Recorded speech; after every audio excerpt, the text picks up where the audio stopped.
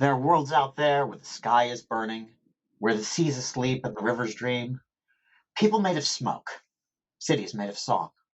Somewhere there's danger, somewhere there's injustice. Somewhere else, the tea is getting cold. Come on, Ace. We've got work to do. I'm Rose Bailey, and this is Genreless. I love it.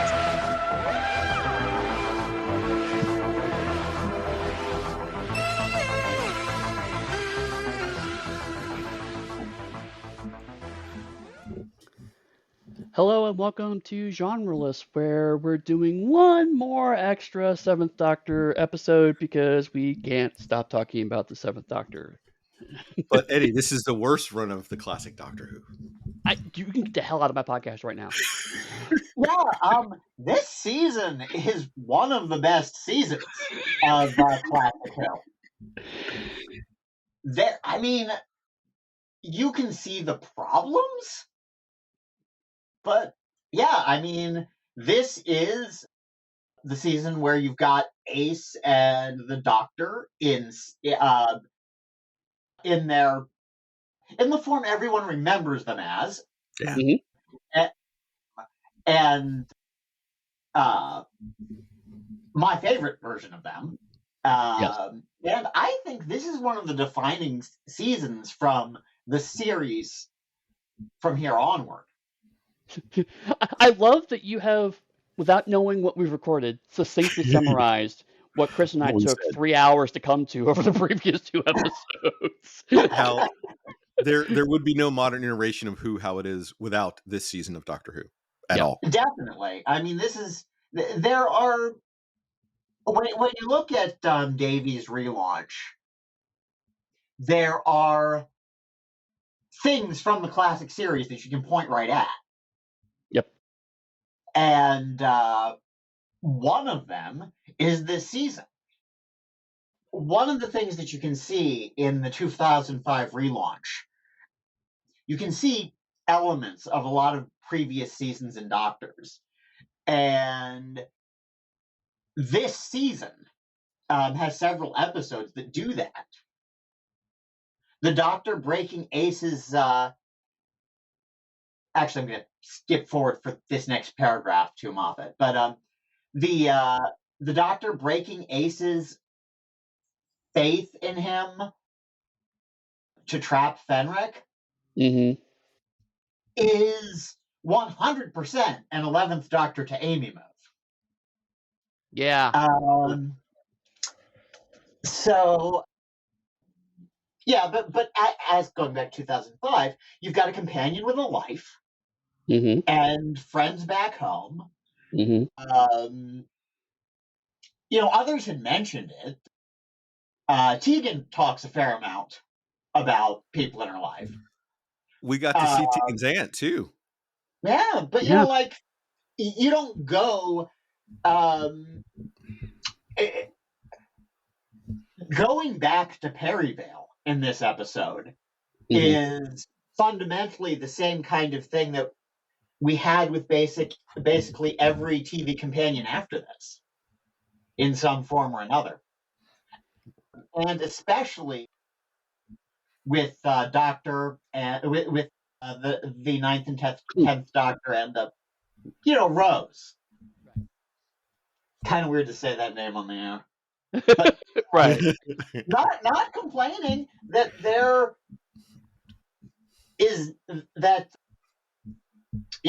was a companion named Rose. Well, I'm not named for, surprisingly, but that would be okay if I was.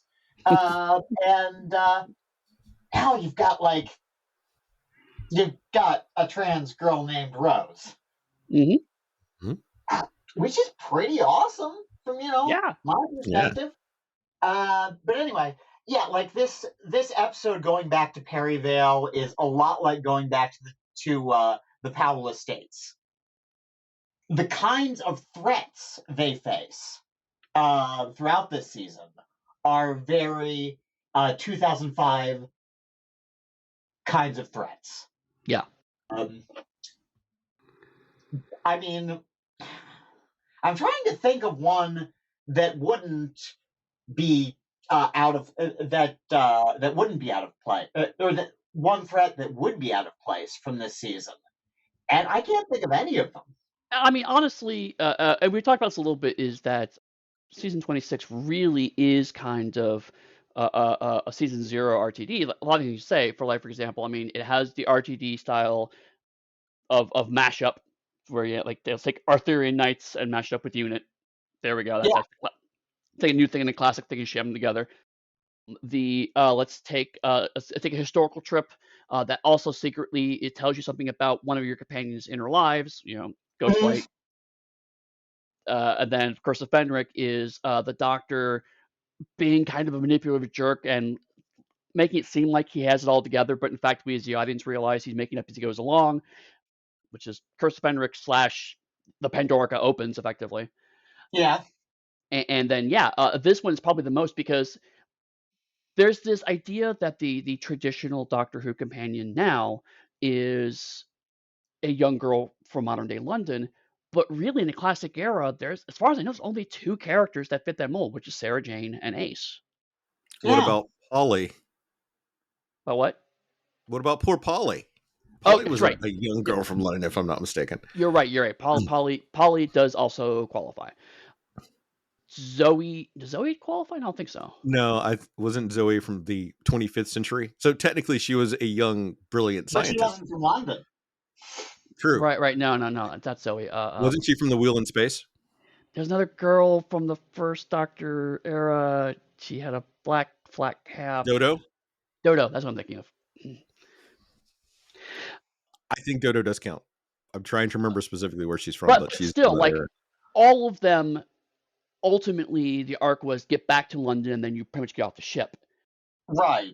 This is the first time where the companion who's from London gets off of London and continues on afterwards.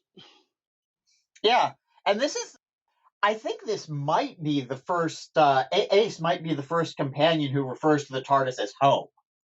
Mm-hmm. I think Sarah Jane maybe does, but I may be mistaken. Sarah Jane would be the only one I would think of who might have. Right. But this, again, looking forward to the future of the show, this is someone who has a life and doesn't ditch it at the end of this episode, but thinks of the TARDIS as their life now. Right. As their home. You've got that, sorry, I'm stumbling here. You've got the bit where Rose's mom says, someday there will be a woman in a bazaar on an alien world, and she'll be somebody else.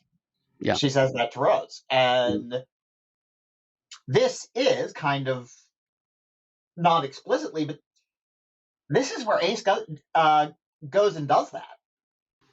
And although how much time the audios and the novels take is, confusing in the usual Doctor Who way, right? That goes on for a long time.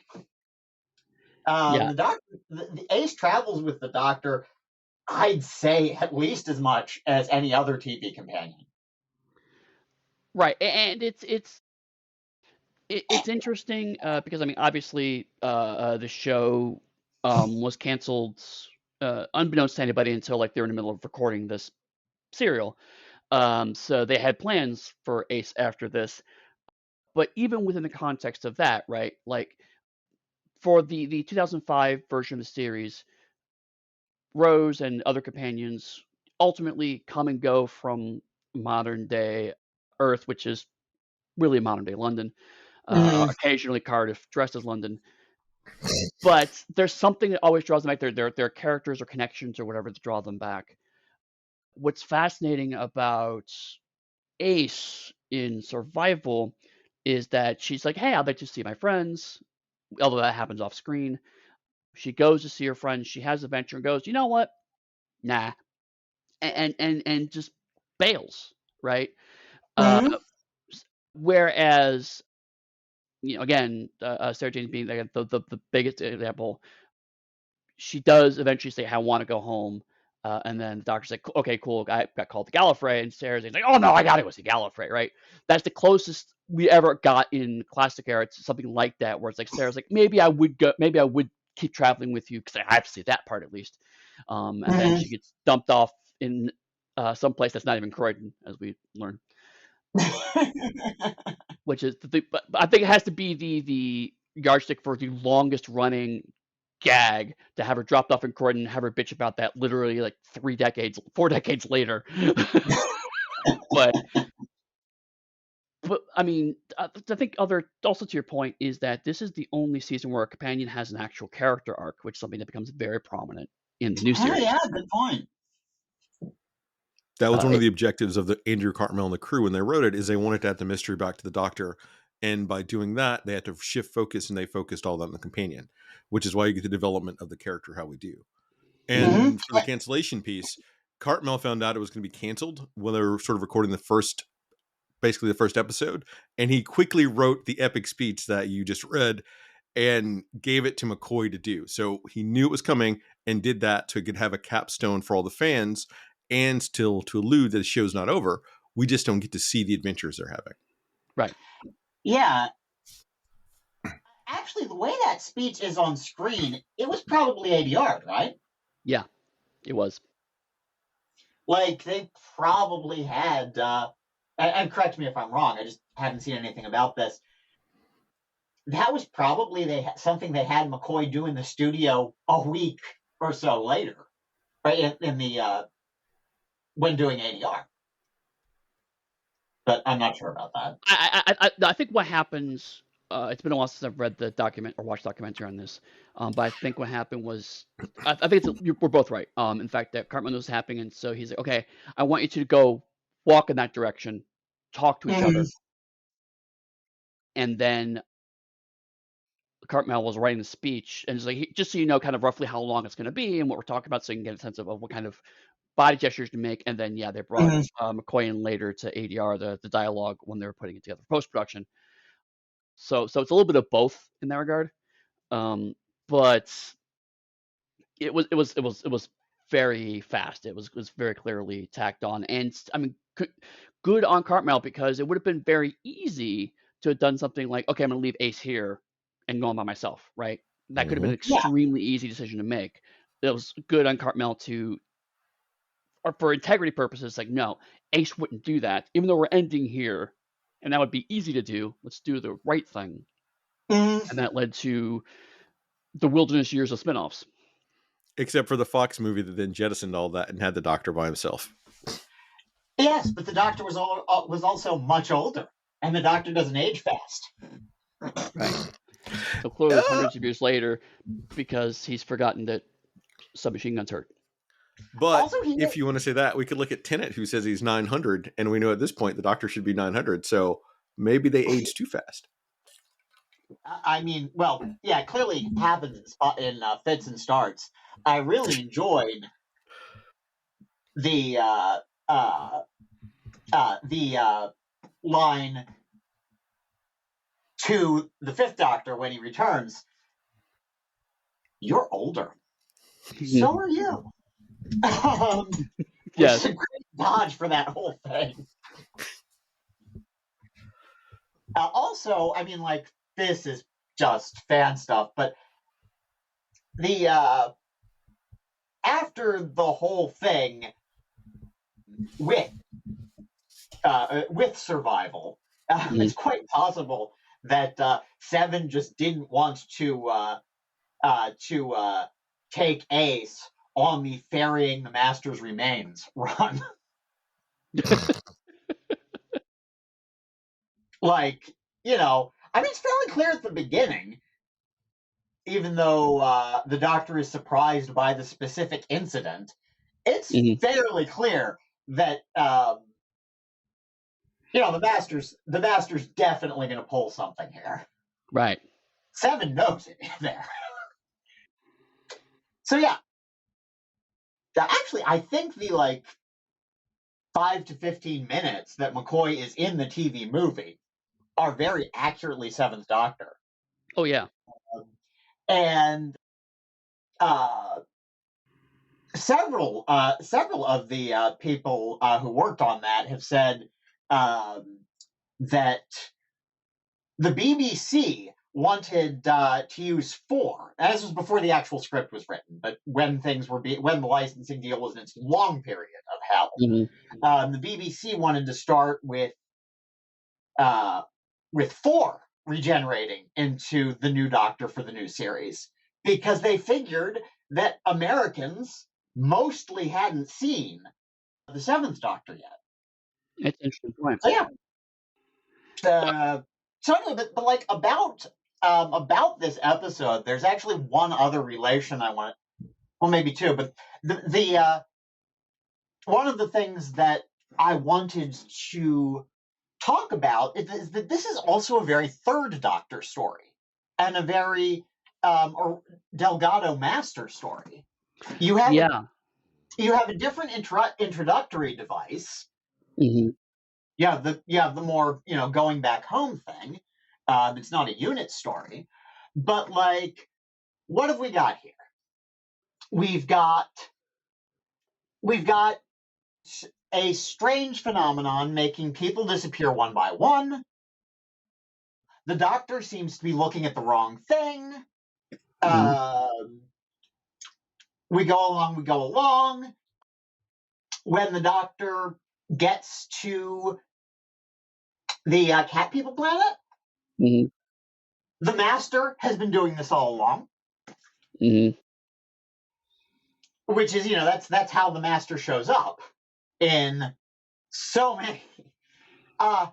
And the Master has a big plan based on a dying planet. And the big plan, while not inherently stupid, is obviously going to blow up in the Master's face, and the Doctor can tell. As soon as the Master starts, as soon as Ainley starts talking about the Master's plan, the Doctor is like, this is a bad idea, right? Right. And the Master's like, oh no, Doctor, I know what I'm doing. And then the plan proceeds to blow up in the Master's face. Right. Surprising everyone. That's exactly the way the Doctor knew and suggested that it would. And then the Master appears to be doomed. And presumably, if there had been another season, we would have had another Master episode, right, with not much explanation about how he survived, except that we know the Master is generally resourceful enough to do that. So it's very 3rd Doctor, I think. Since we're kind of talking about the episode itself, do we want to transition just into the summary and we kind of break it down by the different episodes? Sure. I'll handle the first episode. I'll summarize it real quick. Oh. The 7th Doctor brings Ace back to her hometown of Perryvale in the suburbs of northwest London. A mysterious black cat is wandering around and humans are hunted down and made to disappear to another world. Ace grows worried as most of her old friends seem to have disappeared along with several others, but the Doctor is preoccupied with the behavior of the strange cat. It becomes apparent that it's controlled by a strange being in another world, viewing Perryvale through its eyes and choosing which humans to chase and transport. An unhappy young man named Stuart is the next victim. Ace follows soon afterwards, hunted down by a cheetah person on horseback while hunting affinity for the curious cat. The Doctor and a Keep Fit instructor known as Patterson are the next to be chosen and teleported to another world, bathed in a blood-red sky, where the Doctor finds his nemesis, the Master, greeting him. That's episode 1. And it's watching this again. I mean, I knew when we picked this one and we were talked to everyone about this, I knew that the Rusty Davies analogies were going to be really hard to avoid. So I watched it with that in mind. And it's surprising how fast an entire secondary cast of characters is built up in just 22 minutes. And that's very tight writing. I assume it's because of it being a fairly short serial that it's done that way. Right. But yeah, this is very quick establishment. If this had been like a 4 or 5 episode serial, we probably wouldn't have gotten the establishment of the supporting characters until 2 or 3. Right. It probably would have been something more along the lines of like we meet those characters and they just start disappearing one at a time, and then after episode 2 is when we actually go to the new planet, and the second half of the serial is on a new planet. But because we didn't have that time, it's a lot more of Ace telling the Doctor and occasionally other characters about the supporting cast that we're about to meet in episode 2. Yeah. Can I read part 2 because I've got a few comments there? Oh yeah, sure. But let's. Is there anything you want to talk about with part 1, Chris? I was just going to ask, have you ever been in that northwest suburb of London now that you live there? I actually haven't, although I did. Out of curiosity, I did look it up. And apparently Perryvale is largely residential, so I don't really have a reason to go there. But that Have you being ever said, been to I'm moving to Croydon? North London, so I'll be close to Perryvale soon. Have you ended up in Croydon? Not yet. Honestly, I really should get like a walking tour of London of Doctor Who places now that we're talking about it. That could be a second business that you start right there. Right. And over here is the place where Sarah Jane Smith was accidentally dropped off. I mean that bit, if you were doing a walking tour or a bus tour or something, that bit would be the crowning bit. True, just drop them off in the middle of nowhere. There you go, figure it out. Out of where you're going to do the next tour spot. Right. But I mean, I will. Oh, go ahead. Go ahead. I mean, I will say at least that I've not been to Perryvale specifically, but I mean, I have been to some of the more residential parts of London, and it does look a lot like that. You know, just like a bunch of row houses, the occasional shop kind of stuck on a corner here and there. So watching it again, I was like, oh, okay, that actually does look pretty familiar. 2 places I've been around, obviously, several decades older, but I mean, the same kind of vibe. You know, the youth center, the charity shop, that kind of stuff. These are all relative staples of those kinds of areas from what I've seen. Just want to say that the contrast of them coming to what would have then been modern London to be the final episode is fairly stark compared to where they were previously for the adventures. And it's a good counterbalance, even from when they showed up in Battlefield, that was slightly in the future. And it has a very different vibe to it. And it's like depending interesting on the to see the experience. Right. Is it 10 years in the future or not? Maybe, kind of, sort of. But yeah, I mean, and again, to your point, Chris, like, it's also really interesting just how low stakes this is, right? I mean, literally last episode, the Doctor was fighting God. The episode before that, he was talking to angels. And the episode before that, he was fighting the Queen of the Fae. And now he's kicking around fucking Perryvale. Chasing a cat. Right, chasing a cat.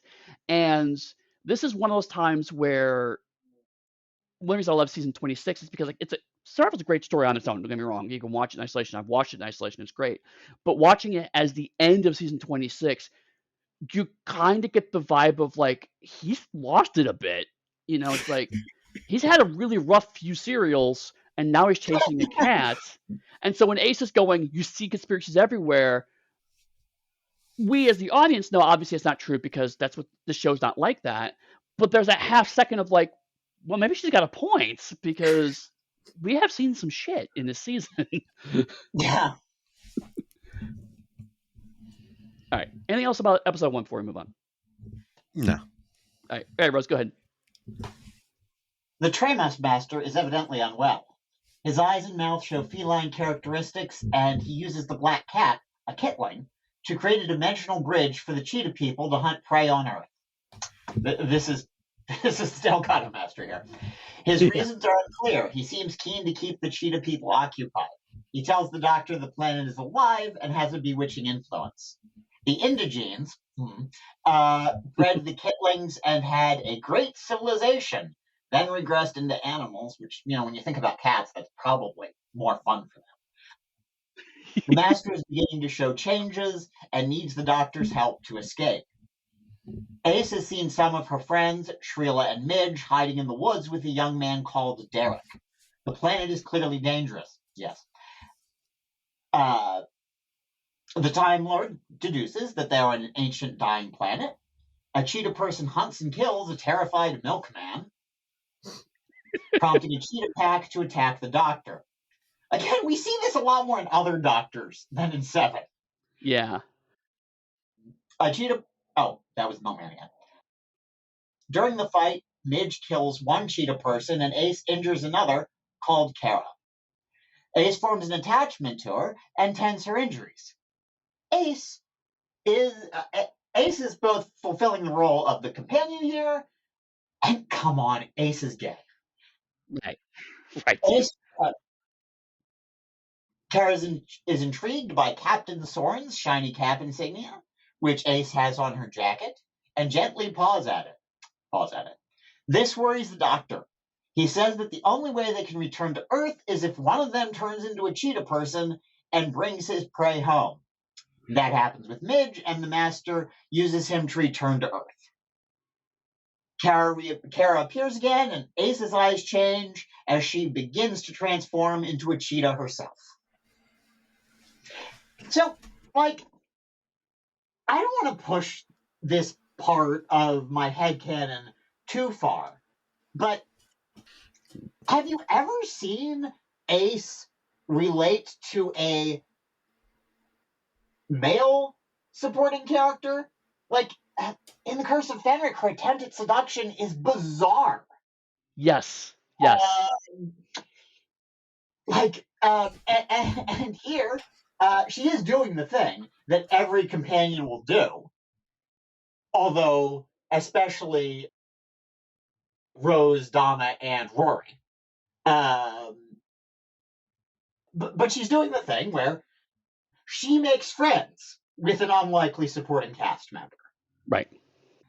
And seeing that and seeing Ace go from being the viewpoint character, which she always was less than previous companions, but she as the viewpoint character here is developing the human side of the story,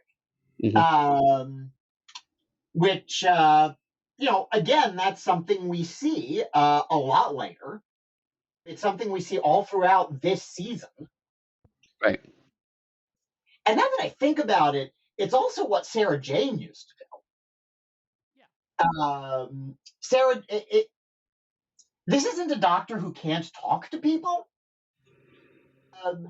but this is a case, or, Seven can talk to people, even if he's kind of odd. Right. But Ace is there throughout much of this season, and arguably through her whole run, to introduce the human side of the story. So I think that's a signature for Ace. Yeah, I mean, and I mean, to your point, we talked about this when we talked about Battlefield, right? Like when she runs into Show, immediately she's like, "Let's grab a beer and go off and have a conversation, talk about explosives." And it's like, which one of the acest things ever. Right. It's like, I'm gonna hit on this pretty girl with beer and explosives, and I'm like, that's just peak Dorothy McShane. But then you're right. It's like her flirting in Fenric is a bit awkward, and I charitably said it's like you could read that as just teenage awkwardness, like how teenagers think adults flirt, and her just missing the mark. But you're right. Then we get to Kara, and she's like so immediately like going to Kara. It's like going, let me take care of you. Let me help you out, honey. And it's just like, okay, come on. There's only so many ways you can position this to at least at least pansexual, Right. I'm not saying she's not into guys. Right. And then Ghostlight, she goes to a girl's room and plays dress up. Oh yeah, that's right. Yeah. And they are both,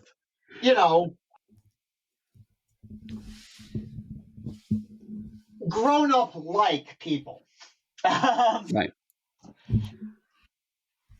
Yeah. What we, I mean, I think Ace is some form of gay, but the larger point is that even if she isn't, she bonds with people very fast. Yeah. Mainly women, but she's one of the companions who does that. Yeah, I mean, arguably that goes back to day one, right? Because she bonded very quickly with Mel and Dragonfire. Mhm. Yeah,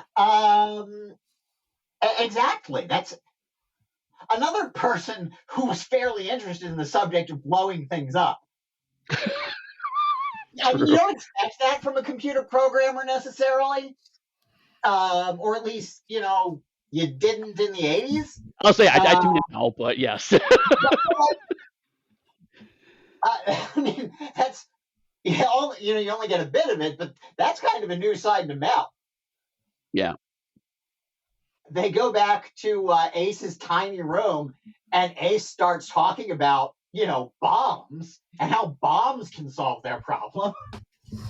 And I was like, yeah, that scans. Which, I mean, tells you everything you need to know about Mel's life experiences at that point, though. Yeah. I mean, that's probably the most fun thing any supporting cast member has ever given Mel the opportunity to do. True. We're going to bomb our way through that door? Yes!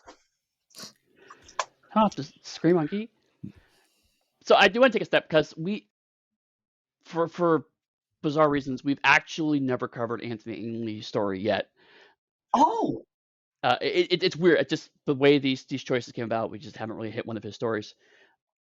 And I've always felt, and I'm probably biased because this is one of my favorite seasons, but I've always felt this is Anthony Ainley at his best as the Master.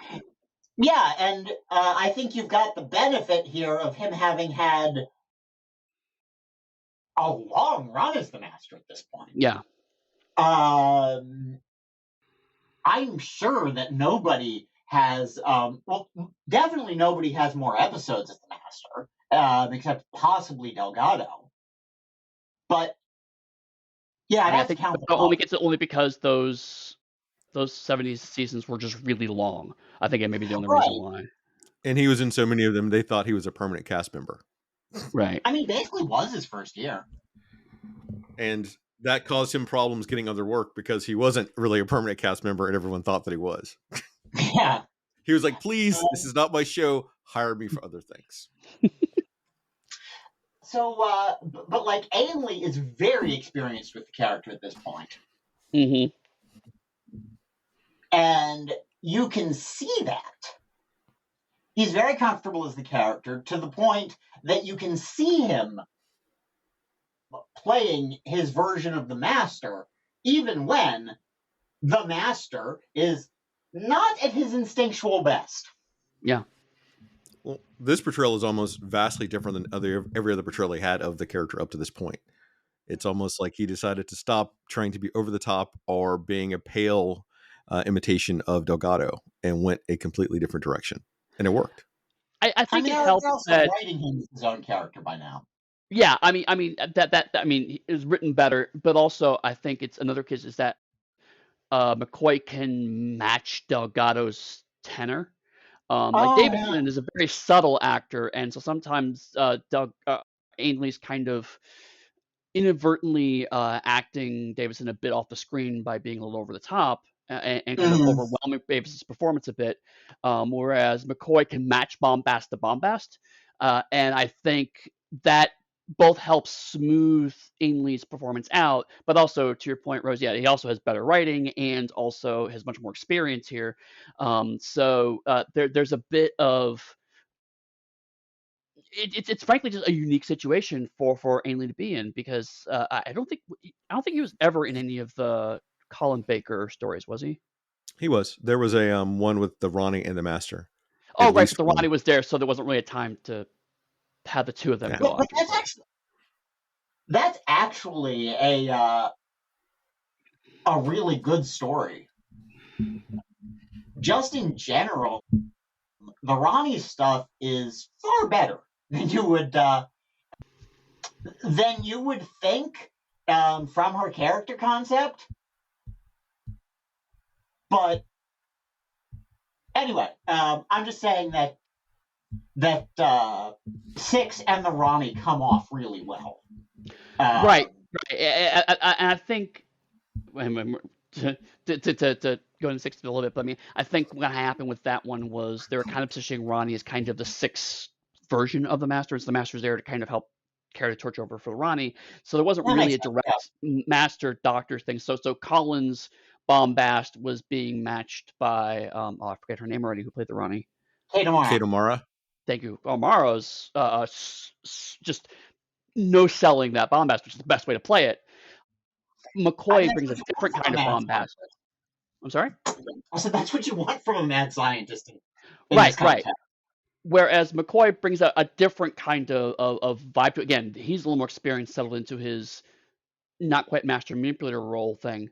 And so Ainley and McCoy end up being very perfectly matched. And it's just frankly a shame we don't see more of them together, because just the 2 episodes we see them in this, it's like I want to see a Delgado length run between these 2 incarnations. You know? Oh, absolutely.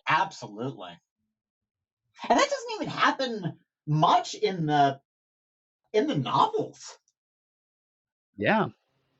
I'm trying to remember. In fact, I mean, I know I have read something in the with the 7th Doctor and the Tramus Master, but the new adventures, you mean?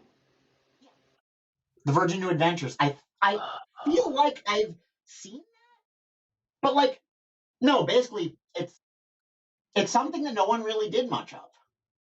I mean, unfortunately, because Ainley passed away early. Well, right. But, for the audios, that's why that doesn't happen. But it really doesn't happen in the novels.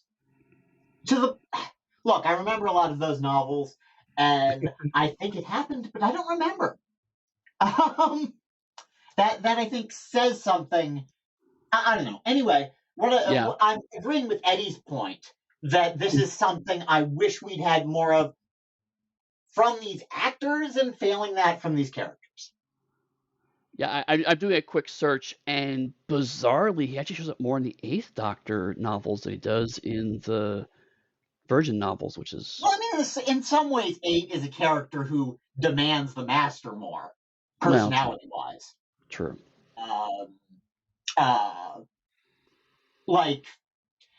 8 kind of needs that bright, scheming opponent in a way that 7 only does when he comes up against gods. Mm-hmm. There's always the add the mystery back to the Doctor thing. Right. And I think, having experience, obviously not nearly on this scale, but having franchise experience, it is very dangerous to try to add mystery to something by knowing exactly what it is. That probably would have been a little bit of an issue if they'd gone on with 7.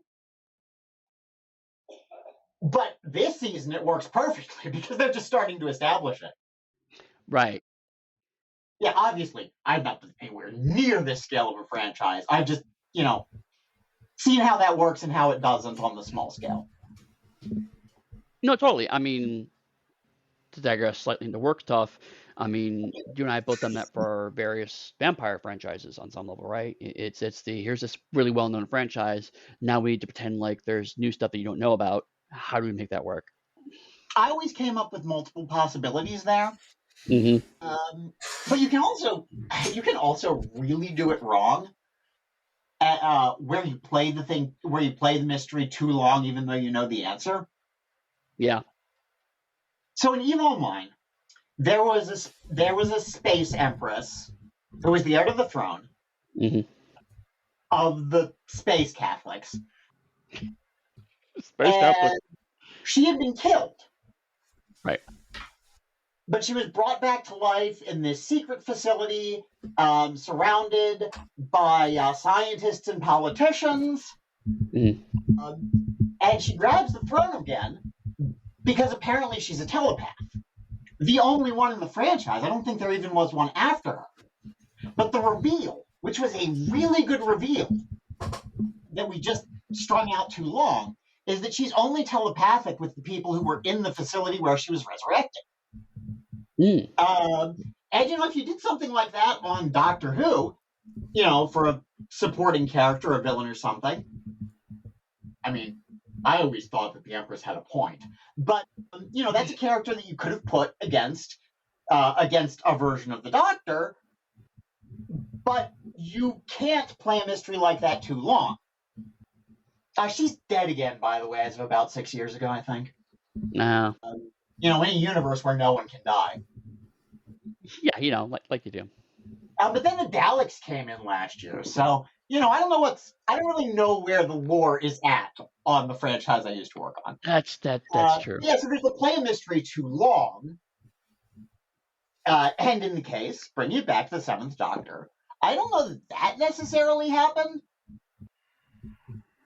but there was a lot of Seventh Doctor media that never got anywhere near the Cartmel master plan. Yeah. And that enabled later showrunners to do some very cool stuff.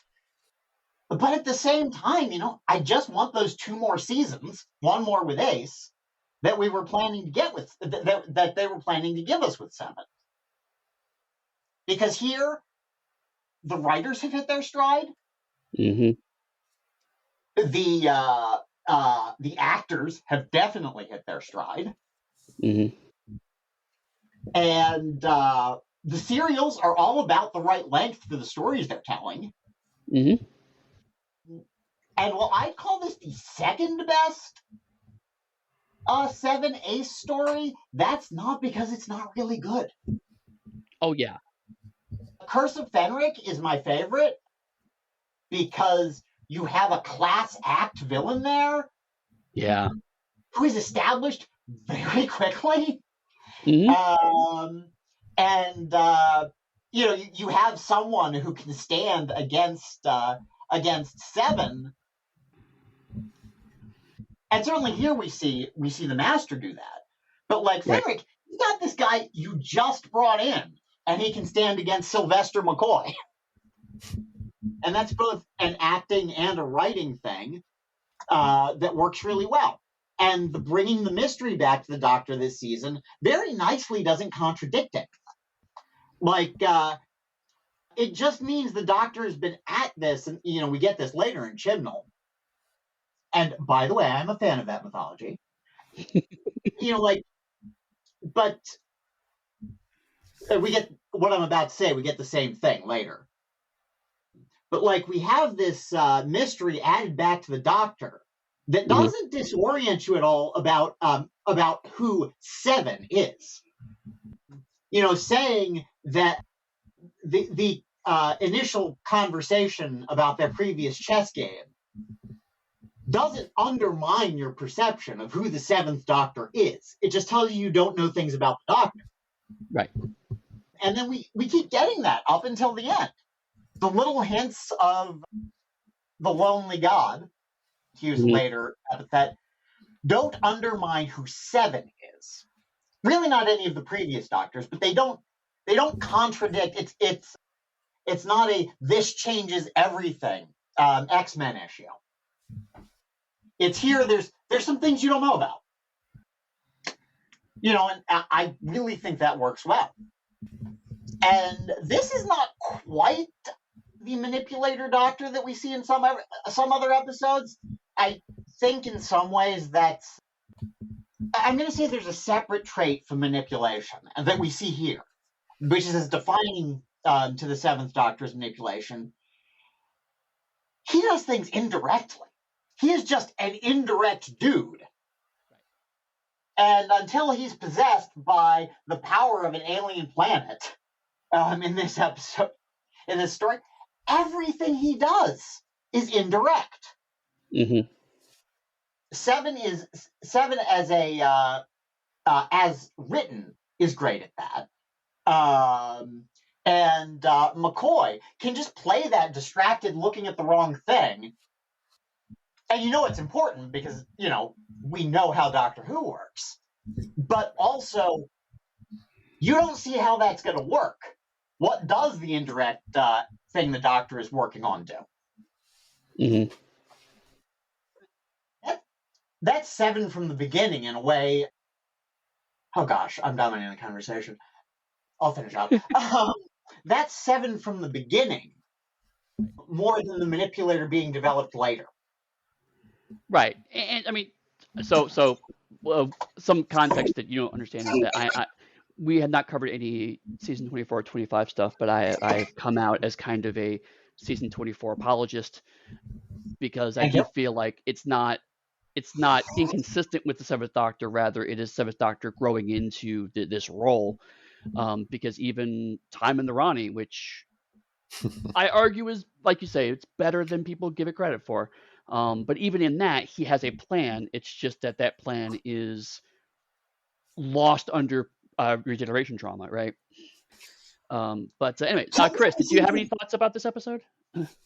No, I'm good. Thank you, though. I feel like I really shouldn't be talking over the historian. I got these tags on my screen. Top of the screen, Eddie. Second, the historian. I really feel like I should not be arguing with you about history. You're a guest in our virtual home, so we will always give you the floor, let you give your full intake and opinions, because for us, this is our third time talking about McCoy. And so some of it we've said, and people have heard us do it. Your opinions are like fresh, and they're here to hear you speak. Although it does remind me of my favorite line from the Star Beast of like, my preferred pronoun is the. The definite article. Yes. That's a great. Our running gag is every time we do one of these, I have a different name just for Eddie, so you can always see whatever it is going to be randomly put up this week. Yes. But yeah, I have. The Star Beast is also kind of this season descended, even though that's not the origin of the origin era of the comic it was based on. Right. But I mean, like you see, I usually think of 7 as kind of a predecessor to 11. Mm-hmm. But you see a lot of that in 10 and 14. 9 is an improviser. Right. He's got a plan, but he's not concealing that he's making shit up as he goes along. Right. The 7th Doctor, you don't know until the end how much he was or was not improvising. Right. Because sometimes, he's making shit up as he goes along. And sometimes it's just that he was prodding in a fruitful direction. There's a Cornell story, prose, where he has 7 think to himself that he can either know the future or he can change it, but only one of those things. And I think that's a great observation about how 7 operates. Yeah. Like it's a cool bit of lore that I really wish more of the 7 stuff had used, but also it's just a description of this era of the character. Right. And that's one of the things I love about Battlefield, going back a little bit, is one of the small moments in Battlefield is when he is confronted and called Merlin for the first time. We, as the audience, know he does not know that he is Merlin. So to see him seamlessly step into that role, claim the title of Merlin, and start throwing his weight around, we see him improvising, but we see him do it in a way that is consistent with the way that he looks like he's planning.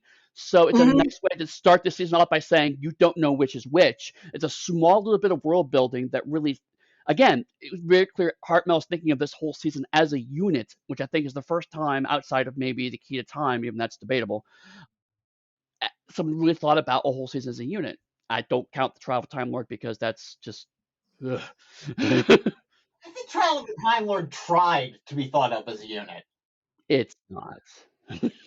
It doesn't come together, but I do think that was where they started. Oh, sure. Episode 1 is like, cool, we're doing this unit. And by episode 3, it's like, okay, just put stuff on the screen. Dear God, I don't care. Well, I always think of that season as kind of Star Trek in Okay. The sense that we are shown definitive evidence, or we are shown something that appears to be definitive evidence. We, as the audience, know that it doesn't make sense for it to be that, so we're Right. waiting for the reveal. But the problem is that although the reveal is pretty good, Mhm. this, like the reveal itself makes sense and fits in with the mythology and all that. Mhm. But the episodes in between, why are we being shown this false evidence? What Right. was the point of any of this? The Right. episodes don't hold up the pretty good bookends. Exactly. So the framing device is more interesting than the thing it's framing. Right, and I mean, and that helps the season a lot, but it doesn't save it. No. I wonder what kind of a re-edit you could do on that, because you I could. have I have seen people try to edit just the court scenes together, and it doesn't hold up well. I was thinking. Well, the reason I'm thinking about this Mhm. is that the BBC. I'm trying to remember the name, but it was on the BBC America service. They did a series of 22-minute episodes that recapped each Doctor with Oh yeah. both guests from the original cast and guests from later casts being interviewed. Was that the Doctor Who Confidentials? No, I don't think so. But I'm sorry, I'm blanking on the title. But you do get a lot of interesting bits, and the 6th episode has maybe 5 minutes or less of total footage from Trial of a Time Lord. But the recap is decent. The 3-minute version, or the 5-minute version with commentary from the actors, Mhm. it's a pretty. It shows that the basic premise works. Right. And to answer your question, Rose, it was the Doctors Revisited. Oh yes. I mean, should probably get back from 6 on to 7, but what? And I'm about to go back to 5. The thing that is interesting is when the doctors, or when the actors who played the Doctors start being fans of the series because they were kids when it was going on. Mhm. That starts with Peter Davison, who just loved the second Doctor. Mhm. And then Peter Davison ends up the inspiration and then the father-in-law of David Tennant. Right. It's interesting to see, because at this point, I don't know what knowledge of the show Sylvester McCoy had, Mhm. but you can tell he gets what the series has been up like until this point. Mhm. I don't know how much that was just how he was briefed when he came into the role, and how much it was that he had watched or researched the series. But he does, through his performance, clearly illustrate that he knows what previous versions of the character were like. From some of my reading, I think I had he'd watched the second Doctor, but then he started ramping and preparing once he got the role. Which is wild to me. We talked about it a little bit, but like it's fascinating to me that the second Doctor is much more the template for many of the incarnations of Doctor than the first Doctor. Like the only incarnation of the post first Doctor that really seems like it was directly inspired by Hartnell is probably 12. Yeah. Everyone else has a lot. Like 5 has a lot of 2 in him. 7's got a lot of 2 in him. 11's got a lot of 2 in him. There's a lot of the Second Doctor in quite a few of the incarnations. So yeah, to your point, it's fascinating. It took the Second Doctor to really put the stamp on the Doctor's character, whereas Hartnell, for both good and bad reasons, is perhaps kind of glossed over in terms of that reinvention. Well, I agree, and I can point at a specific Second Doctor story that I think becomes the template, just because I ended up watching it again a month or two ago for not research or anything, just kind of randomly picked it. Tomb of the Cybermen is what Yeah. almost every Doctor Who story after Tomb of the Cybermen is. The setup, the types of characters, the supporting cast having an internal conflict that makes them do really foolish things, mostly plausibly. Mm-hmm. We're going to see that again as the main mode with the Fourth Doctor. Mm-hmm.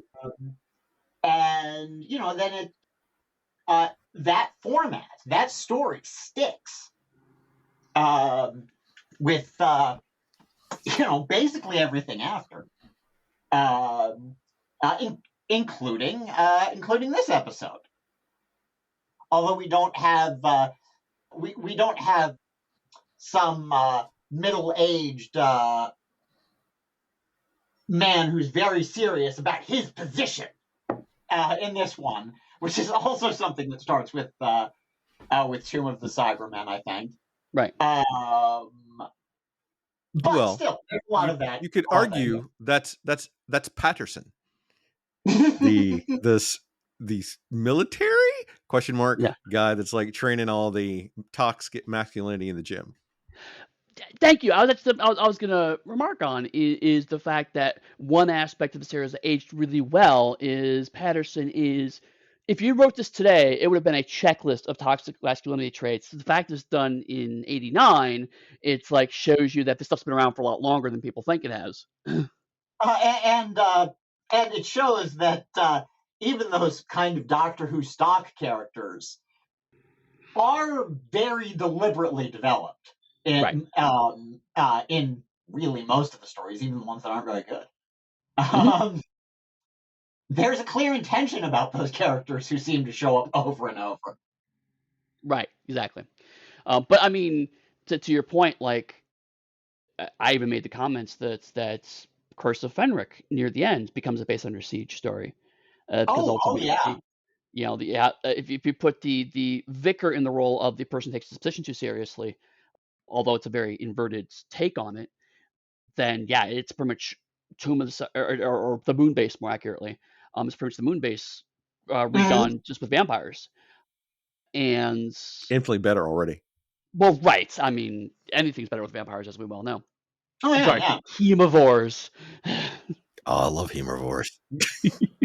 I don't think anyone was really disguising that those were vampires. I think I think Curse of Fenric is one of those stories where everybody clearly knows what they're dealing with. Nobody's pretending it's not that in character or out of character, but the Doctor puts a label on. Well, because a lot of it was J&T didn't want it to be associated with Tom Baker and vampires that way. So he's like, they can't be vampires. And Cartmel and the rest of them would, okay, they're hemivores. Right. It's like the various times in the 2005 Onward run where people refer to something as zombies. And the Doctor is mildly annoyed. Everybody gets where that's coming from. Again, in character and out of character. Actually, I remember when I was introducing a friend of mine to Doctor Who, long time ago, 20 years ago, or close to, and we're sitting in the living room of two of my other friends, and my friend Sarah is explaining the format of the show. And she says, now, the Doctor does a lot of running away. Mm-hmm. And T goes, well, so he doesn't get caught that often? And Sarah goes, yes, he fights a lot of zombies. I'm like, yeah, basically. You're not wrong. As you mentioned, Sarah and Daniel, who had seen every single episode of Doctor Who, so that is a very distilled opinion. So good. Is there anything else on episode 2 that we need to chat about? That's me for episode 2. Okay. Chris, you good? Yeah. Hey, do you want to read part 3, Chris? I guess I can. So we'll all have read something. Ace abandons the Doctor to go hunting with Kira, but he eventually wins her around. Midge has fallen to the power of the planet and is turning into a beast. The Master seizes onto this and has Midge teleport back to Earth, away from the dying world. He possesses Midge and goes with him to the youth club, using his hypnotic powers to enslave Patterson students. The Doctor persuades Ace to help him return to Perryvale, also letting Patterson, Derek, Sheila flee the planet. Patterson insists that nothing is amiss, falling back on his survival of the fittest mantras and self-defense classes. The Doctor and Ace roam Perryville in search of Midge and the Master. They find them at a youth club. They have killed Patterson for sport. Midge, too, is killed in the Master's machinations. Kira's arrival brings comfort to Ace, whose transformation continues. But the Master kills Kira, too. As she dies, she transforms into a human being, Lisa Bowerman, who will become Benny in the future, her metamorphosis having been reversed by death. With her final breath, Kira praises the hunt before another cheetah person teleports her dead body away. Meanwhile, the Doctor catches up to the Master and finds him trying to pick the lock to the TARDIS. The Master gloats that he is capable of controlling the raw power given to him by the planet and declares that he will use it to destroy the Doctor before grabbing him and taking him back to the cheetah planet for a final confrontation. In the ensuing struggle, the Master starts out having the upper hand, but the Doctor, drawing from the planet's power, manages to turn the tables on him. As soon as he has him at his mercy, he raises a skull to bash him with it, much like the first Doctor tried to bash a caveman with a stone. But in the moment of clarity, the Doctor realizes what he's doing is wrong and manages to resist the planet's pull, turning away from the violence. The Master demands that they finish their fight, but the Doctor tries to convince him to let go of the violence too, pointing out that they will destroy both the planet and themselves if they keep fighting. The Master, however, rejects this, and grabbing the Doctor in a stranglehold, he spitefully tells him that he should have killed him while he had the chance. The Doctor screams out, "If we fight like animals, we die like animals!" As the Master raises a club over his head to hit him with it. But before the Master can strike him, the Doctor is teleported away. The Master is left for dead as the planet begins to break up. The Doctor has gone back to the TARDIS in Earth, his homes, where he finds Ace. Her metamorphosis has reversed. He tells her that she has grown through the experience. The elements of the cheetah planet will, however, remain with her forever. Ace is glad. It gave her a wonderful feeling. She then asks what happened to the Master. "Who knows?" answers the Doctor, with a hint of sadness before he asks Ace where they should go now. "Home," answers Ace with a smile. "The TARDIS." So there's a lot to unpack here, and I'm sure we'll get to it, but I do need to take a moment to talk about Midge's late 80s badass outfit with the leather sleeves and the sunglasses is peak late 80s. Did you do thumbnails for this podcast? Because you could really use that one.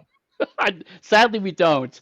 But seriously, Google up, because that is just him with the tie and everything. It's like he looks like a villain out of a Karate Kid movie. Well, I mean, the whole Patterson thing. Yeah. Oh God, what's the line from the Karate Kid? "Don't be a pussy, be a badass." Right. But yeah, I mean, it's very much of the same era, even though this is not an episode actually about that kind of thing.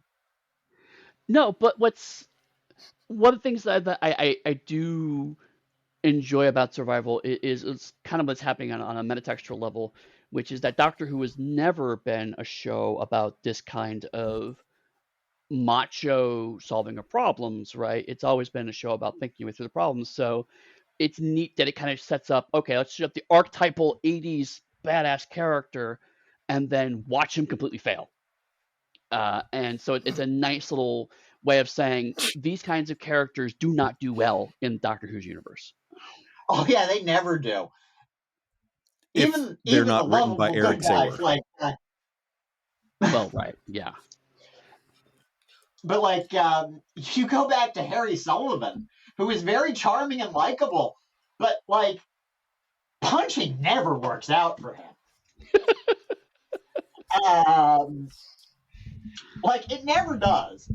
And although he always accepts the doctor's explanation for why he should not be punching or why the punching did not work, he more or less keeps trying it. It's true. It's true. So yeah, even the lovable, violent characters tend not to get much done. Only Jack, really, much later. True, and I think he only gets by because he is American. That's true, and also, I mean, I remember something Davies said in the book of treatments and scripts. Mm-hmm. He says, "Yeah, Jack is there because the doctor cannot shoot someone at the end of this season." But yeah, these characters never do well. No. Anyway, but I just wanted to bring that up. But I mean, more to the point, like the larger thing is, this is when I was talking before about Ainley being probably at his best, in the sense that this is the master straight up manipulating and possessing someone, kind of riding them to death. It's the perfect balance of charm and menace that is frequently missing from a lot of master performances. And so this is a really good example of him so explicitly using someone as a pawn, but he usually doesn't. It's usually done in more of an abstract, intellectual way. This is a very personal discarding of someone's life that I've really always found very visceral and satisfying. Yeah, and it's one of the things that Ainley is really good at. Mm-hmm. I mean, you see the manipulation stuff happen back in the final Fourth Doctor serial. Legolas. I am blanking on the name, but you see him pose as Tremis, Right. and he does that very effectively in his, like, I mean, he's only had like half an outing before this. Right. So it really works. And I think, in this episode, you can see that the Master and the Doctor don't ever really want to kill each other. The Master says things like, "You should have killed me when you had the chance," But like, even under the influence of the planet, that was at best secondary. Right. He might be willing to kill the Doctor. He might be really angry and about to kill the Doctor, but fundamentally, none of his plans ever involve killing the Doctor as a critical step. Right. That's true across all the Masters, basically, although they all have their different personality reasons. Right.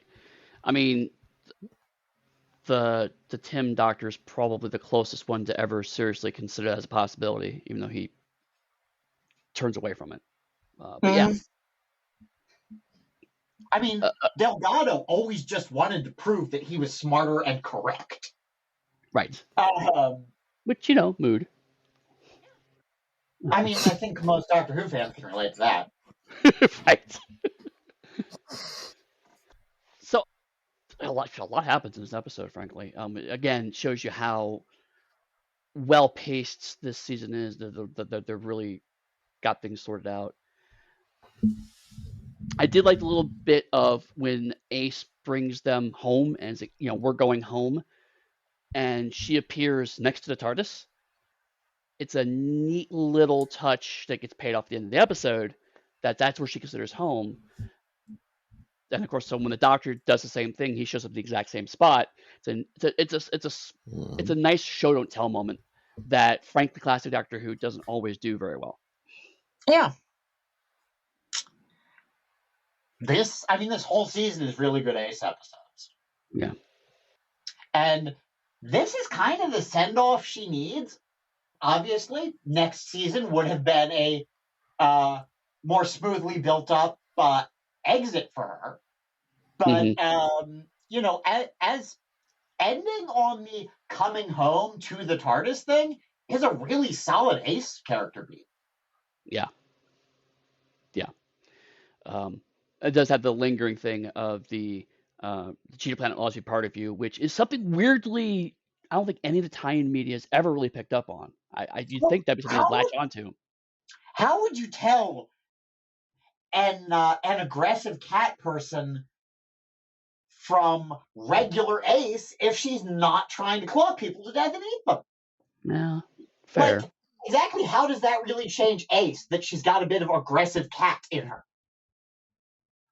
She'd wear a cat suit, carry a big gun, and shoot creatures and people? Oh, wait, she does that in that version. I mean, a cat suit is not necessarily a cat suit. There are like two kinds of cat suit. But yeah, I think they call it a cat suit in the book. It's a nice touch there, but I can see why it didn't come up again, because it doesn't change her much. True. But given the propensity for early 90s Doctor Who writers to grab every little scrap of continuity and shove it into their products, that's why I'm surprised. I'm not saying it needed to be there. I am surprised it's not. These are the same people who's like, I'm going to write an entire novel just to reconcile 2 lines of dialogue between 2 Silurian episodes. This is the caliber of writer we're usually talking about here. I mean, yeah. And that's how you get over-explained mysteries. Right. There's all this stuff, and it really starts with this season again, where the Doctor starts mentioning epic things that are most likely never going to be practical to show. Right. You see that Curse of Fenric, although that's more on Fenric's side speaking. And but then you have Davies talking about the Crux and the Nightmare Child, and all of these things that you can't show them for money reasons, but also they don't really fit in on TV. I think the only time that's really been paid off, and surprisingly it worked, is with The Moment. Actually, that worked out as a fairly solid incarnation of what was just one of those Davies lines. But, the Seventh Doctor, to build up the mystery that Cartmel wanted to do, starts throwing those things in here. And it's cool. Yeah. I mean, even that last bit that you read, I mean, he's talking about sleeping seas and people made of smoke and rivers dreaming. It's like, you're right, this is stuff that we can't televise, but it gives a certain kind of almost, I hate to say it, but chthonic quality to the Seventh Doctor that marries really well with him, arguing with angels and fighting gods from the ends of time. It really sets up this idea of, and something I started talking about with Battlefield is that the Doctor by the end of the season becomes mythic, and that's something that the new season definitely, or the 2005 version definitely builds on in very interesting directions. And it's just not quite. I mean, you see bits of it in season 25, mostly around Remembrance of the Daleks, frankly, but. The idea that the Doctor fundamentally changes, because you're right, this idea of adding the mystery to the Doctor becomes, what if we just have him name drop weird shit? And it really works. Yeah, I really enjoy that part of Doctor Who. Yeah. But even the stuff they're showing, like, I mean, when you hear Chris read the summary, you have to go, okay, the Master and the Doctor are fighting because they're being possessed by a living planet made of bipedal cheetahs who teleport through space and time. It's bonkers. Which is peak Doctor Who, right? Doctor Who is at its sweet spot when it is just throwing bizarre ideas at you, and you're going, yeah, no, okay, that makes sense. because the Doctor and Ace make sense to us. Right. I mean, it's odd to think of Seven as a grounding character, but he always is. But we get how Seven and Ace are working. We understand them, and the supporting cast relationships are pretty easy to follow. So the fact that it's bonkers doesn't actually make the episodes confusing. Right. It helps that the Ace has the same quality that the Brigadier has, which is to completely no-sell nonsense. Yes. Both characters, Doctor will go, let me explain a bunch of nonsense to you. They both go, okay, what can I do? Yeah. Also, Harry there. True, but Harry did it because he was just perpetually overwhelmed and kind of was like, okay, sure, I guess. Whereas the Brigadier's like, right, can I shoot it? Why N? If N, and it's usually N, okay, what's the next plan? Yeah. And this season, we get Seven and the Brigadier. Yeah. And a they're much better Brigadier exit story than the last one. Well, yeah, because the last one was conceived for Ian. Right. Yeah. But like the Brigadier here, this is a very plausible retirement for him. His relationship to the Doctor is very clearly one of a man who has known this person 3 other times to various extents.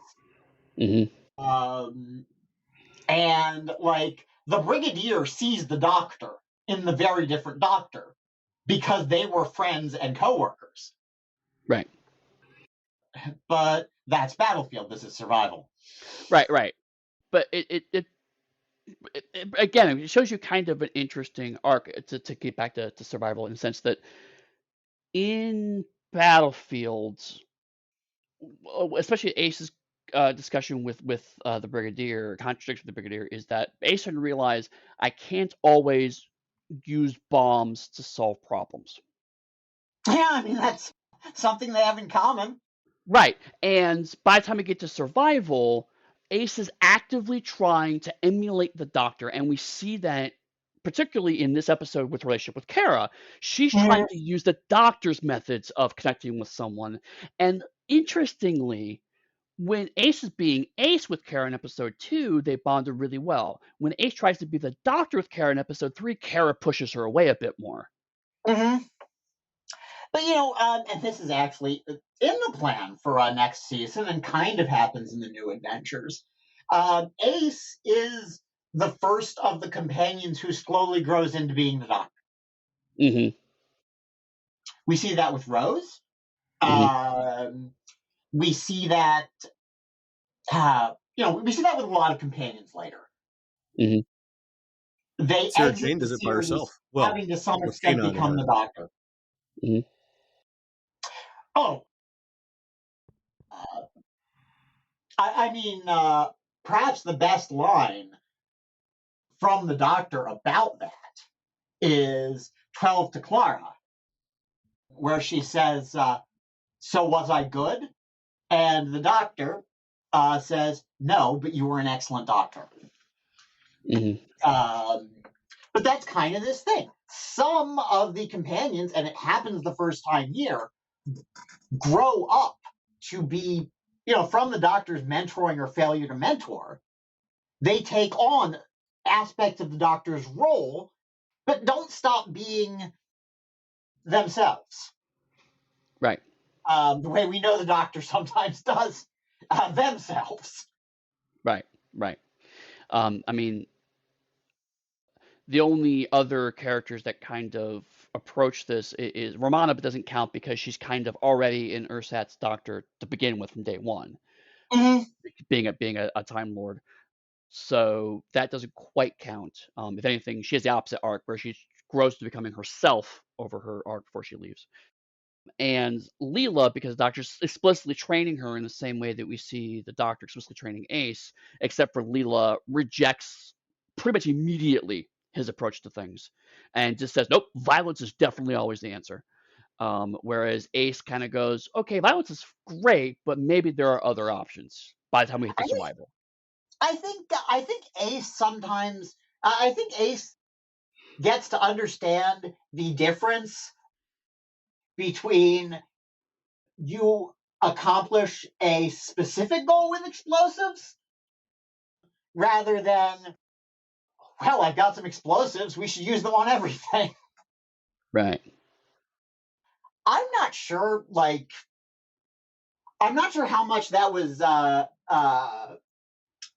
Sophie Aldred and how much it was the writing, because clearly both, but I'm not sure what portion it is because I haven't researched it. But yeah, she learns. Mhm. And Leela sort of learns, actually. Leela understands what she's rejecting by the last time she rejects it. Right.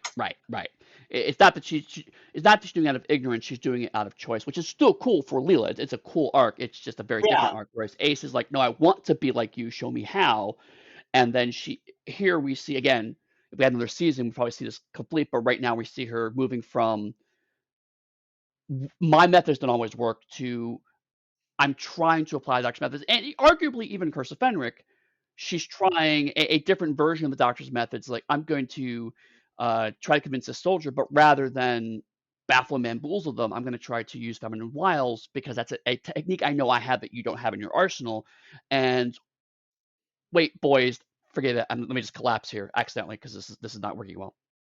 I will say that if one of the Doctors, particularly a 2005 Doctor, Mm-hmm. If they had tried to distract someone with flirting that way, honestly, I'd have bought it. It's not very Ace, but if the Doctor was gonna do a seduction, the Doctor would probably talk like that. That is more than fair. And now I want to see Eccleston doing that scene, and that just sounds amazing. Yeah, quick note on Eccleston. There was a line I didn't notice until my last rewatch last year in the Doctor Dances that I can't believe nobody has mentioned to me, and I haven't seen as the trigger for anything directly on AO3. Jack steps into the TARDIS and says, "Bigger on the inside," and 9 says, "You better be." And I'm like, how did I not notice that in the original? How have I not seen it in any of the fanfic of Friends I knew who was writing at the time? How have I not seen that in any attempt to, I don't know, how is that something that's not one of the, I don't know. Yeah, that's a more iconic line, right? I mean, that is their relationship. Right. I mean, it's complicated to define that, but I mean, this is 9 and Jack. 9 reciprocates Jack's crush, which 10 does not. Right. Yeah.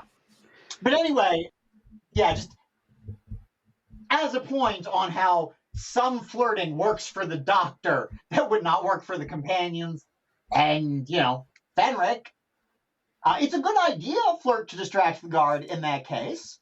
Right. I mean, that's kind of a thing that people that a Doctor Who character would and could do, but right. But seven can't do it. It's not in his toolbox. Yeah, that's what I'm saying. If 11 had tried to flirt or something like God. that. But yeah, I love Fenric, but there are like I think it's the best 7 episode, but there are some bits in there that are just short bits. They're baffling, Oh yeah. which we don't have here in Survival. And I don't just mean Ace doesn't flirt badly. I mean like Ace and the Doctor are the characters who carry us through this very weird journey. Well, and that's such a good kind of segue into the overall discussion of the serial is that something I noted in Battlefields and we talked about is one of the reasons why we didn't ultimately cover Ghostlight is because Andrew Cartmel was very bad at estimating how much script page turned into how much screen time. And so you can see, particularly in Ghostlight, but even in Battlefield and Curse of Fenric, heavy editing. And I argued in both of those that the editing was generally to the serial's benefits. Again, Ghostlight we didn't talk about, and we probably should at some point just to finish this out. But I think we should do a special one just for it. Yeah, maybe at this point, because it is a good case of how too much editing can actually really hinder a thing. But in both Battlefield and Curse of Fenric, yeah, there are occasionally baffling moments, like in Battlefield, Bambera kicking the Doctor out, and then immediately the next scene driving him in a car. It's like, okay, there's too much cut here. But generally, it goes along. Bosses like that, right? And it gives it kind of a almost 2005 pacing, which is fun. But then we hit to Survival, and again, it's so frustrating because we've hit the right balance. Survival does not overstay its welcome, but it's also paced well. It correctly assumes we should spend at least an entire episode in Perryvale before we go to Strange Alien Planet. It does a really good. Nothing feels forced in, but nothing feels like it's left out. I can't think of anything that this episode's fundamentally missing that's really a problem. It's just a well-paced bit of television that, I mean, with a little bit of reorganization, it could probably be condensed down to 45 minutes. But frankly, it just doesn't. It doesn't need it. It just works as is. It's the first part of the season that hasn't felt a little too cut to the bone, and then it's like, cool. So now that you figured it out, go find new work. Well, actually, that the pacing keeps coming up, and that we read the summary out loud points out something. I mean, I am very much a person who analyzes and attempts to use story structure. It works to my benefit as a writer, I think, but also I just look at this stuff, and this is 3 episodes that managed to both hit the Sid Field 3-act benefits, but also they're episodes. You can watch one of them, like people did, and then not watch the next for a week. You know, it's neat that it's both a good serial and a beautifully structured story if you watch it all at once. That's really, again, they really hit their stride here. Yeah. And to your point, like, it's not quite what we would call in comic book terms writing to the trade, in the sense of an individual episode is itself unsatisfying, because actually each individual episode does have a bit of 3-act structure inside of it. So we have kind of almost nested 3-act structures, which is a very clever bit of writing, frankly. Yeah. Like, I think a lot of the older serials tend to use a 4 or 5-act structure, but that doesn't align to the episode breaks. No. Like, I think the best structured story in general of classic Who is the Demons. Because no one pronounces that correctly nobody pronounces that consistently in the episode. Right. Star Trek would later invent giving actors a whole pronunciation guide. Oh, that's smart. With the scripts. But anyway, I think that is a solidly structured and probably the best structured serial of Doctor Who. But this one, I mean, like, it's so frustrating that we didn't get more of these characters in this way. More episodes like this. It's a shame. Yeah. Various people did things with the characters in the lore. Big Finish, Right. for example. Mm-hmm. But it would have been really nice to get another season of, this.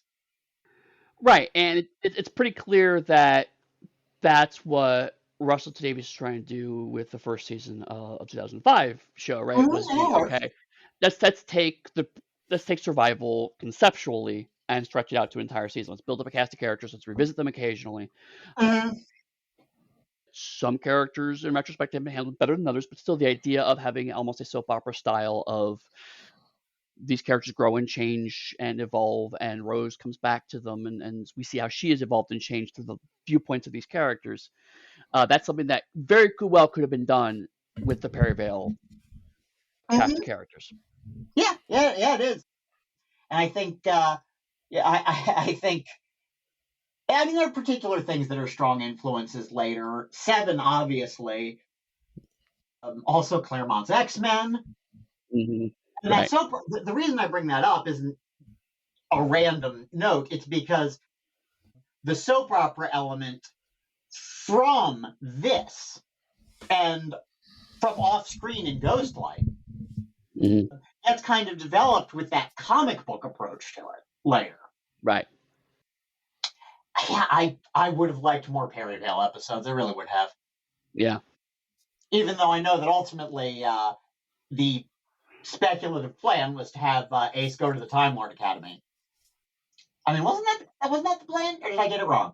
No, you're right. That was the plan. It's absolutely right. But I'm still baffled as to how that works. I've seen a couple of people try to take stabs at how that works, and it just never. Well, I mean, what is a Time Lord Academy? Right. It's part of the running joke through 3 and 4 that the Doctor is some kind of academic, and the Master has the name the Master was picked because it's another academic title. Right, and a lesser one, which is hilarious. I really don't know how you would do the Ace, we're enrolling you in school thing. I don't see how it would have worked, but the beat there is one I would have liked to see. Ace goes and learns the things the Doctor has learned, in science and magic bullshit. That's a PhD in magic bullshit. Mistobabble, I sometimes call it. But like that as an exit, just becoming a time traveler, which is also what they did in the New Adventures. Right. That would have been the right exit for Ace. But at least here we have a good establishing point of what would have gone on. This one isn't an unsatisfying ending to the series. No, I completely agree. Chris, do you have any other thoughts about this whole serial? No, I just think that we're going to need to cover Ghostlight before we wrap up. Actually, the more I think about it now, given we've covered the other ones. Can I come back for Ghostlight? That actually is fascinating. Yeah, we'll have to talk about that offline. Because now I have to restructure everything. I have to reorganize all my stuff. That's what we get for organizing. It's my because now we have to do this stuff. But assuming we don't cover that, I think we're all in agreement that at least season 26 is one of the best seasons of Doctor Who. I still maintain it's probably the best season of classic Doctor Who. Utter agreement. I would discuss that with you, but I agree completely. Right. And so it's continues to be frustrating even today to see the show end on such a high note. But if it did not end on a high note, I do not know if we would have Doctor Who on the screens today. I think we certainly wouldn't have the same one. No. I think the fact that it lasted beyond this as a show, had a 96 had a brief attempt at it, but the fact it was successfully rebooted in 2005 ultimately stems from the fact that this show showed its potential at the last moment, and arguably even literally, right? Like this serial is a really strong story. You know, Rosa's second best. I can't argue with that, but only because there's not a bad story in this season, frankly. Yeah. I mean, they're all bangers. Right. I mean, as much as people argue about which Doctor Who shows are classic and whatnot, there you can't point to another season of Doctor Who and go every single episode is damn near a classic. Mm. Oh, and man, when Ace comes back and she turns out she's been stashing the jacket under the floorboards in her office. That's Yes. like so fucking Ace. Because like I know this is the future show, but you get her back and she's like clearly applying her aceness in more practical ways. Right. But then she fucking loves putting on her jacket and jumping out of an exploding building. Right. Right. Yeah. Ace is great. That's all I'm really saying. No argument, I think, on this podcast. No, and I mean, if nothing else, one of the things I love about season 26 is the fact that you can talk about Sarah Jane Smith, you can talk about Leela, you can talk about all of the classic companions, and rightfully so, but rarely has there been pre-2005 moments of Doctor Who where the companion could comfortably and justifiably sit equally with the Doctor on the screen. Yeah. And so that's one of the reasons why I've always had a soft spot for Ace. Plus, of course, I was a teenage boy at the time when Ace came across my purview, so a certain amount of crush comes from that. Well, But I mean, you probably have a crush for the same reason I have a wants to be like. right, exactly. She's such an amazing character, and also it really helps that Sophie Aldred is everything I've heard is that she is Incredible. just such an amazing actor and person in real life too. She's always been a huge supporter of Doctor Who and people around Doctor Who. And she managed to write. I shouldn't say managed. That sounds a little dismissive. But like at childhood's end, Yeah, is very good. I've still not read it yet. I keep meaning to. Like Scratchman is the only other.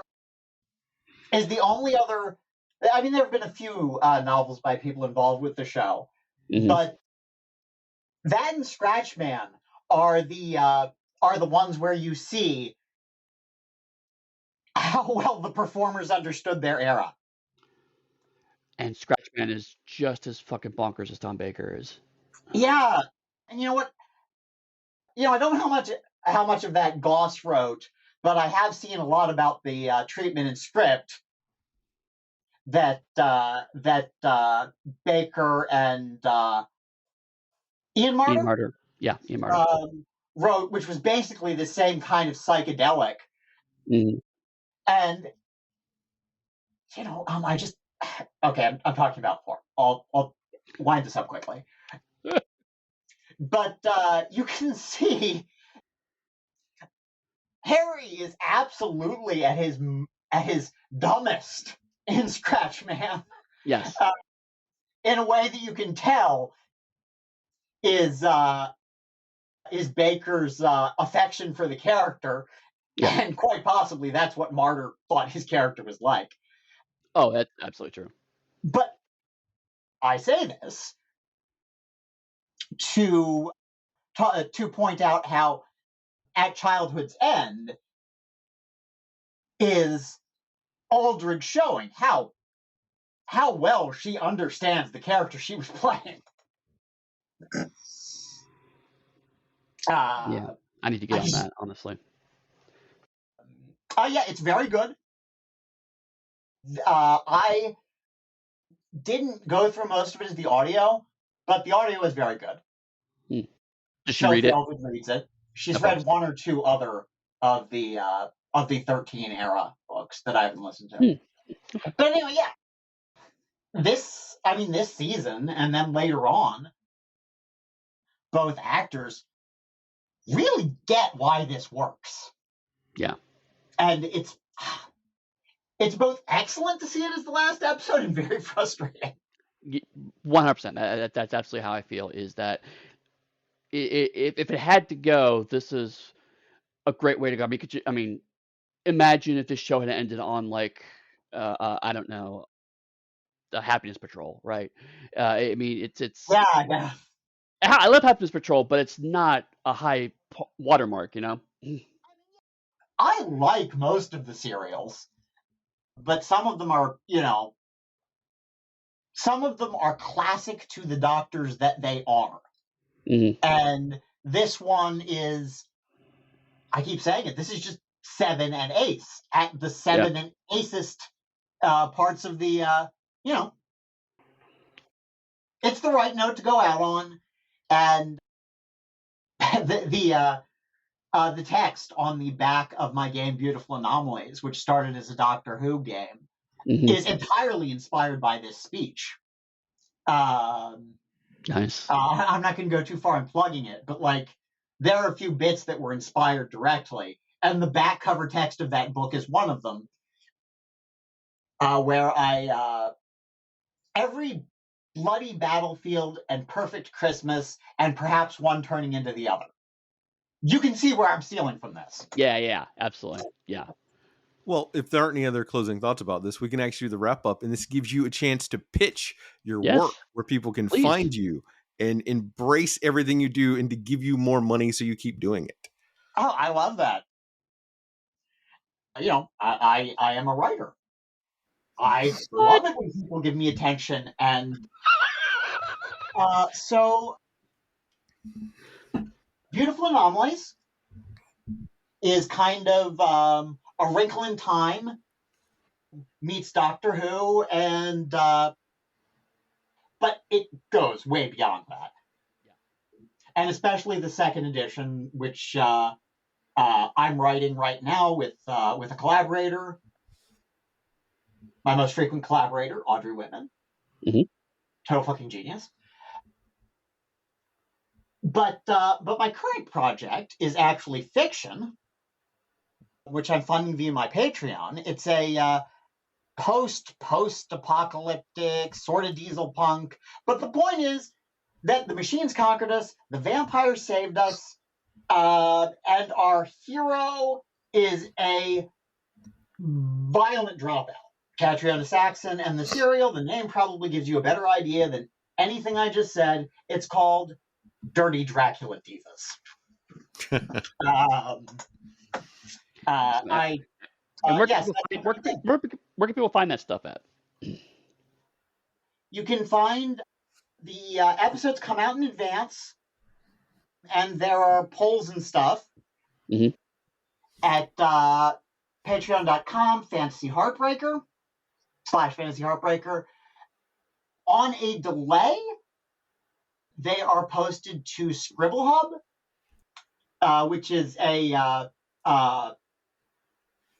fiction posting site with a very large queer and trans community. Nice. I'll have to give you the link for that. It would be slightly annoying to say it out loud because the URL has the title in it. Very nice. But I will send the link over, and please check out my stuff.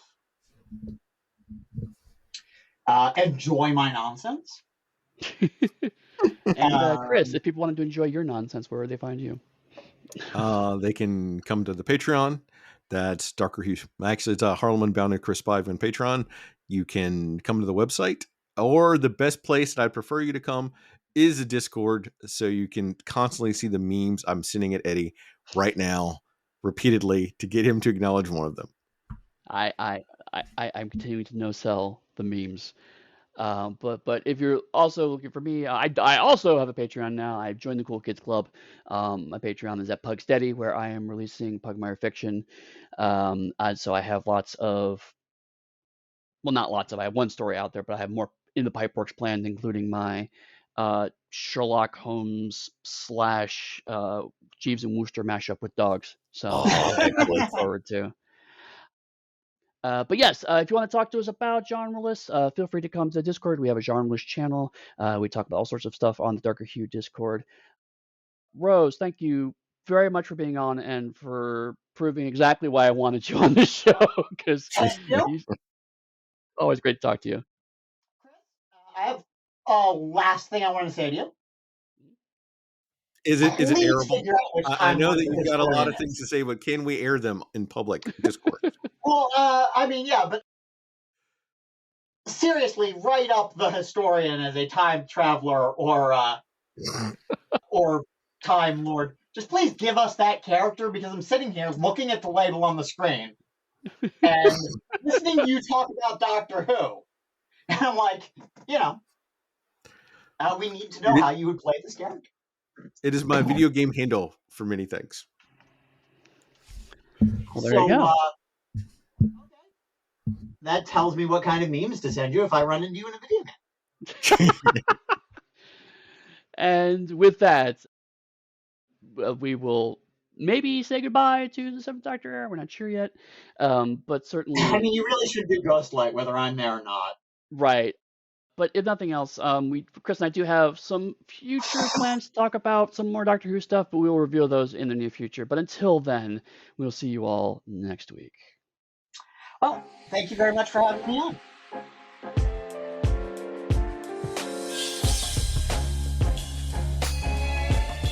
Listening.